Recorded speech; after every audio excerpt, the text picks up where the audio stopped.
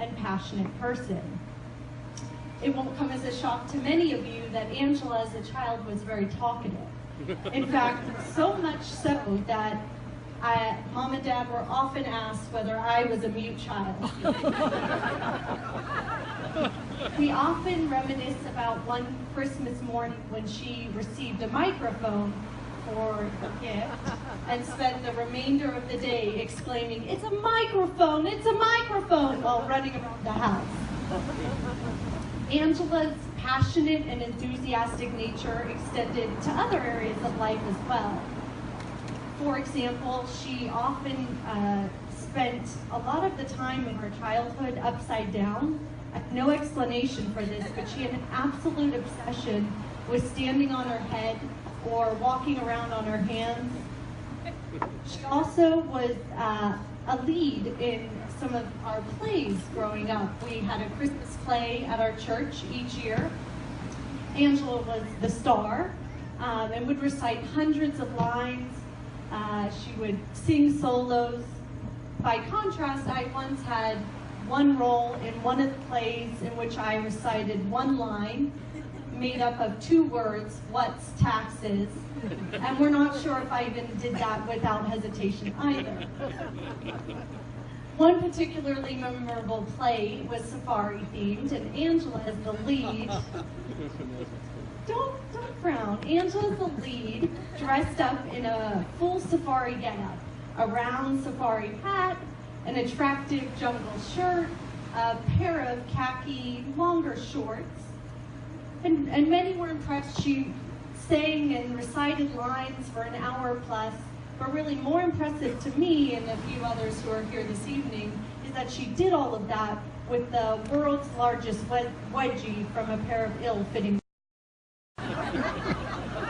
Now, I would tell you that with age, Angela has become more reserved and serious, but it's still not uncommon for her to burst out in song at the top of her lungs, to jump over a pole or a chain link fence while out walking, or to do a combination somersault cartwheel just to get into bed in the evening.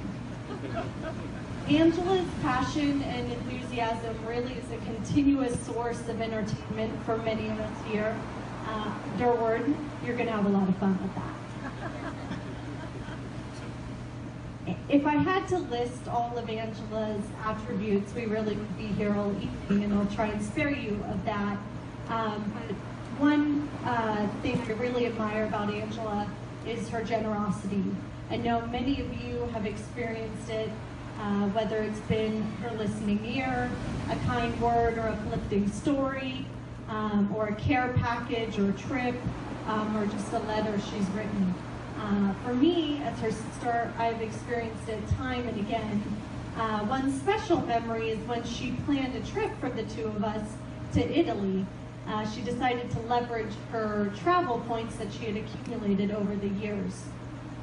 And it took us about 30 seconds after we had landed in Italy to figure out that we were literally the only non-romantic couple in the world's most romantic location.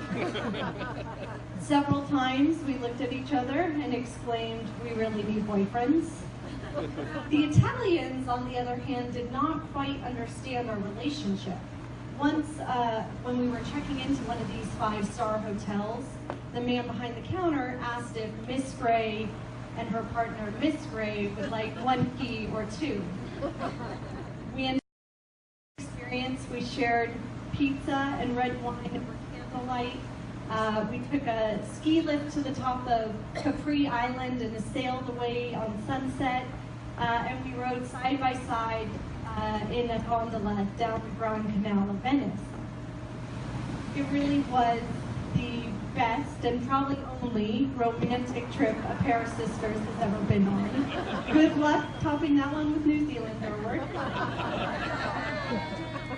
And really then came the day when Angela didn't need to turn to me and exclaim, "I really need a boyfriend." It was a perfect modern online fairy tale. Boy and girl meet. Girl is off put by boy's answers to the questions he gave. then by several chance encounters, they meet in person and they're dating. Yeah. Sorry. I've learned a few things from Durward, some critical life lessons actually, like how an ATM is not just a symbol for a cash dispensing machine, but is a sacred heritage, something to do with the color maroon. Or that the word happy is an appropriate and common greeting that can be used at any time of the day.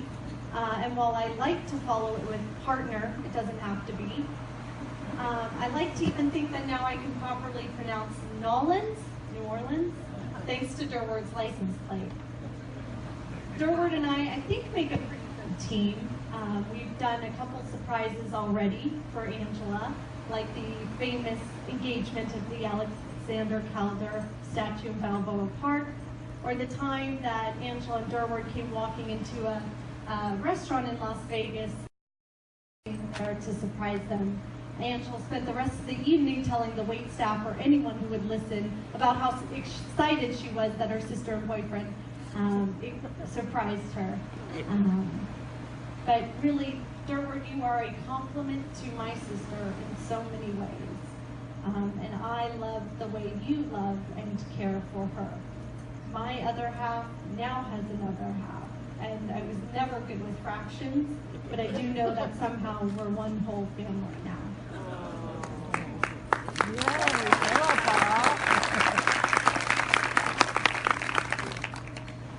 I'm also excited that now I have someone to talk to when she's driving me completely nutty. And I'm here for you too. It's tradition to wish the bride and groom a happy and blessed life. I love you guys, and I pray that that would be so. Let's raise our glasses to Angela and Durward. Cheers. Very nice.